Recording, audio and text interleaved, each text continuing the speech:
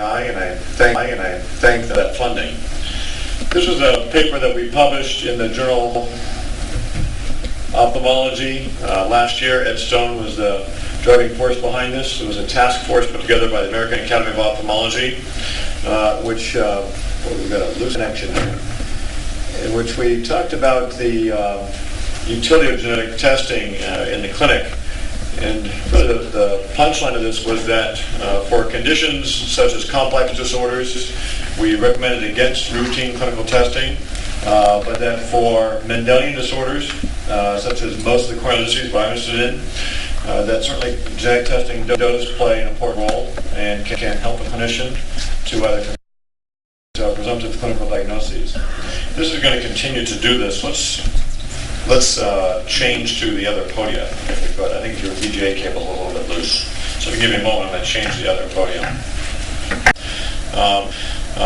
More interested in this, I would recommend reviewing this article, even though I wrote it. It's well written, in which we review what's known about the genetic basis of the corneal endothelial disorders, and I think made some critical comments in here and supported them, though, such as there is no such thing as autosomal dominant shed. It does not exist. There's only 5 families in world literature, and we went through each of those families one by one and showed clearly that those either have posterior polymorphism corneal dystrophy, are actually recessively inherited, or in one family, that's actually the family that was used subsequently to identify genetic basis of congenital hereditary stromal dystrophy. So I recommend reviewing this if you're interested. Now, many of you who see patients with inherited disorders may say, well, is genetic testing really required? I can tell if something, for example, is a corneal dystrophy by taking a family history, looking at other members of the family. And since most of these are autosomal dominantly inherited, there will be a parent who is affected. But I put it to you that neither reliance upon characteristic clinical features nor a family history are reliable means of diagnosing corneal dystrophies. The only real definitive way to diagnose dystrophy is with genetic testing. And to make that point, I'm going to show you a couple of cases here. The first one is a 49-year-old gentleman who presented to me about 2 years ago with slowly progressive decrease in vision over the previous several years. His past doc history was significant for corneal opacities diagnosed in each eye 6 years prior to presentation. So he's in his early to mid-40s when he was first noted to have corneal opacification. No family history of poor vision or corneal transplantation. So on examination, you can see a sort of looks like salt granules here located in the deep corneal stroma. This was symmetric between the two eyes. And you see these opacities were fairly diffuse. You see in the slit beam here, and also in this thinner beam here as well. You can see these opacities located in the posterior stroma. These are not gutex. This is not endothelial. These are deep stromal. Does anybody have any idea what this could be? Anybody here a corneal specialist? Raise your hand if you are. Okay, nobody's fessing up to being a corneal specialist. Okay, fair enough. So this is one of the few times I asked a patient to take off their pants in my clinic. Probably the only time I asked them to take off their pants. And this is what I saw. This is the gentleman's thigh. You can see here these sort of unusual lines on the skin. Picture the patient's knee and shin. Anybody have any idea what the diagnosis is? Okay. And here's his feet. So I had an idea of what I thought the diagnosis might be, but I wasn't sure about it. So we collected blood for analysis. In this case, we're looking at a pedigree. The proband that we just showed pictures of is this individual. We're looking at the family history of skin abnormalities. So he and a number of other family members had similar skin changes, although he did not know, as I said on the previous slide, of anybody who had any visual complaints or history of corneal transplantation. What we did was copy number variant analysis. And this is available at UCLA in a research lab, but it's also available in other laboratories across the United States, I'm sure here in India as well. It's a way of looking for chromosomal deletions or additions. So you're looking at changes in the chromosomal complement. And it will show you, for example, you see this red line here. This chromosome says that that means that there's a loss of material. Blue means there's a duplication of material. Here on the X chromosome, we saw that there was a loss of material near the tip of the P arm. And here we're looking at a higher magnification view. This is a portion of the X chromosome, as you see here, the base pair position located below. You'll see if this patient is male, of course he's going to have one copy of each gene on the X chromosome. So normal complement would be indicated by red lines at this level. But you notice in this section that there's a deletion. So there's loss of genetic material. And in that region of the deletion we see the STS gene. And mutations in or deletion of the STS gene has been associated with X-linked ichthyosis. And that's in fact, gentlemen, in the back of the room, if you could stop talking or go outside, please. So in this case, this is a deletion of the STS gene that led to X-linked ichthyosis. This patient actually has said that his skin condition has never been diagnosed previously.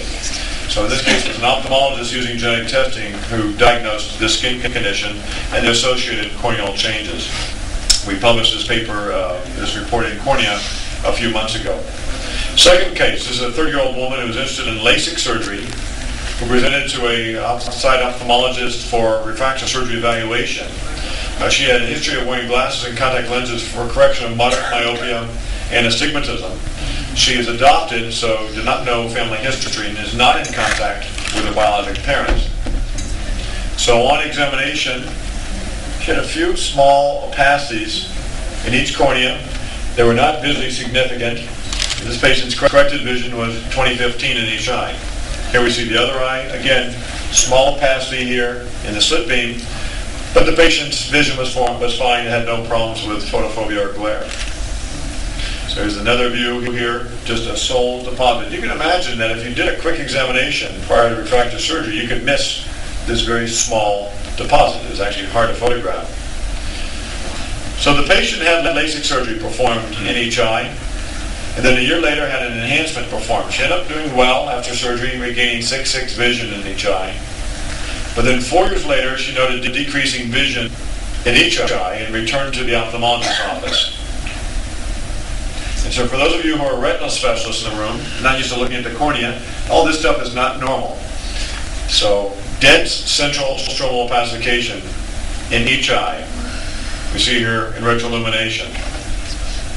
On a high-resolution anterior segment OCT, here looking at the patient, we see very clearly that there's this linear deposit of this hyper-reflective material, corresponding, of course, to the LASIK flap interface, where these deposits were located.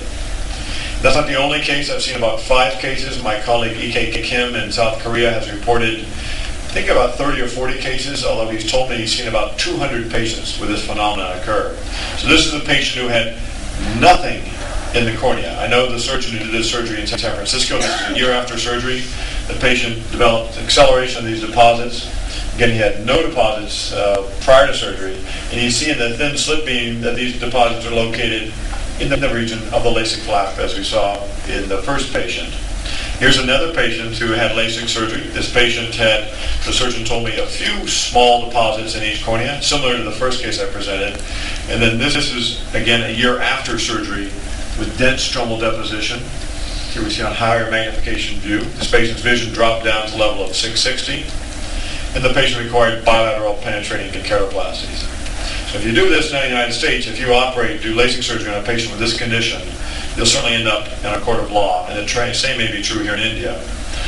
Histopath was obtained on the patient with a bilateral penetrating keratoplasties. We see a deposit here. We see, again, lamellar deposition of the dystrophic material corresponding to location of the LASIK flap interface. I obtained blood from each of these patients and did screening of the TGF-beta gene. We're looking here at exon 4. Dr. Schultz showed us sort of how to read some of these chromatograms. Remember, 3 nucleotides encode for an amino acid. This is the wild type or normal sequence. And in each of these patients, we saw nucleotide change that caused an amino acid substitution.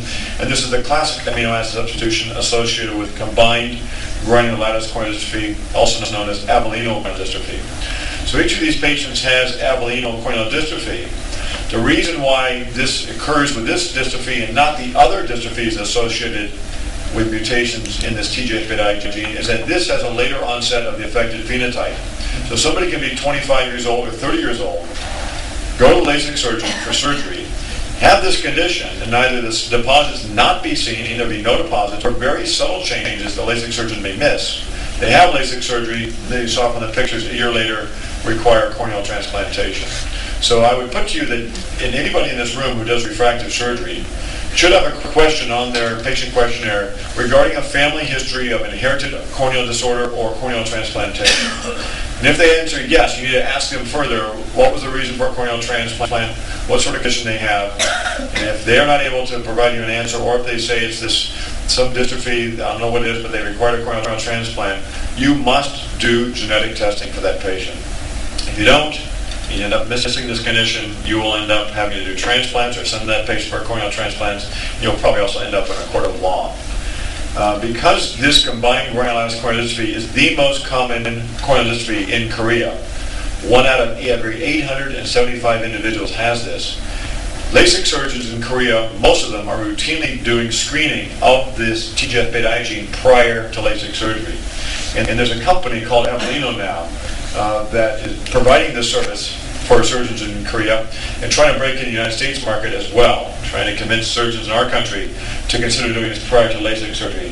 The problem is that this condition is not as common in the United States as it is in Korea, so I really don't think that this needs to be performed routinely in our country, although it certainly does make sense in Korea where this is more common.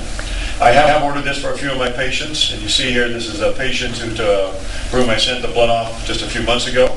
The result comes back in a very easy to read format like this. In this case, the patient in fact was heterozygous, meaning that they did have one mutant allele for the TGF-beta dystrophy known as Evolino or combined granulomatous corneal dystrophy. So clinical testing for inherited disorders is now with us in the United States. It certainly makes sense in some countries like Korea and Japan where these conditions are quite common. I don't think this condition is that common here in Korea or in India, as far as I know. But there probably are conditions here in India that are common enough that clinical testing does make sense. So that takes us to the question of, well, if I want to, on occasion, order genetic testing for a patient of mine, how do I go about it? How do I find a lab that performs genetic testing for inherited ocular disorders? If I do this, do I need to get the patient's consent?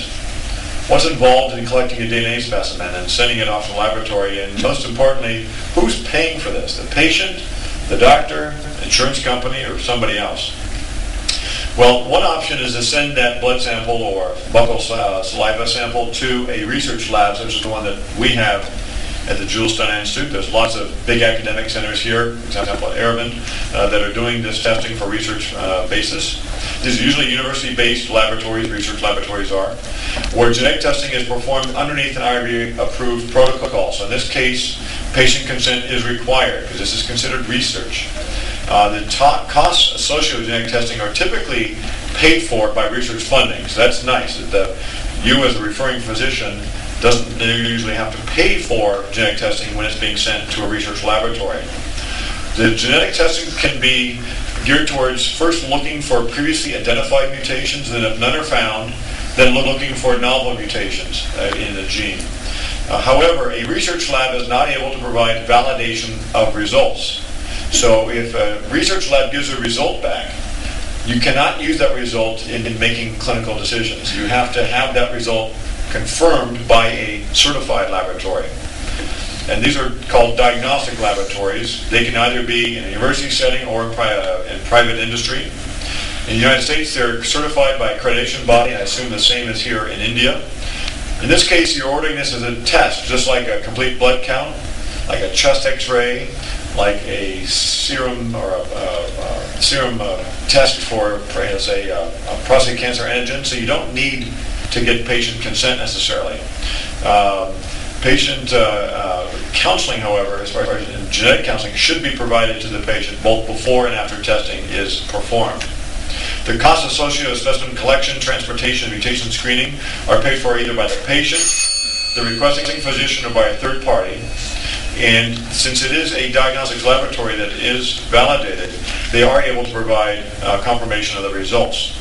In the United States, one of the laboratories that meets this criteria is the Carver Laboratory, located at the University of Iowa. They do take samples sent in from other countries as well, so this is an option for you here in India. They do genetic testing for the TGF-beta dystrophy, so lattice, granular, combined granulomatous, etc. Probably a better option, though, for you here in India. A lab that tests for more conditions is ASPR. They're located in Estonia. They will look for genes, mutations in a number of genes associated with inherited corneal disorders. You kind of have to know what you're looking for, though, when you send them a sample. For example, they have something called the APEX-based test, in which case they'll screen for 333 mutations in 13 different genes, which are listed here. So, if you have a patient you suspect may have lattice corneal dystrophy, but there's no family history, so you're concerned that this could be a myeloproliferative process associated with corneal amyloid deposition. Well, in that case, you're looking for a mutation that's highly conserved, and lattice is usually the same mutation in the TGF-beta gene. So in that case, it makes sense to ask for this test.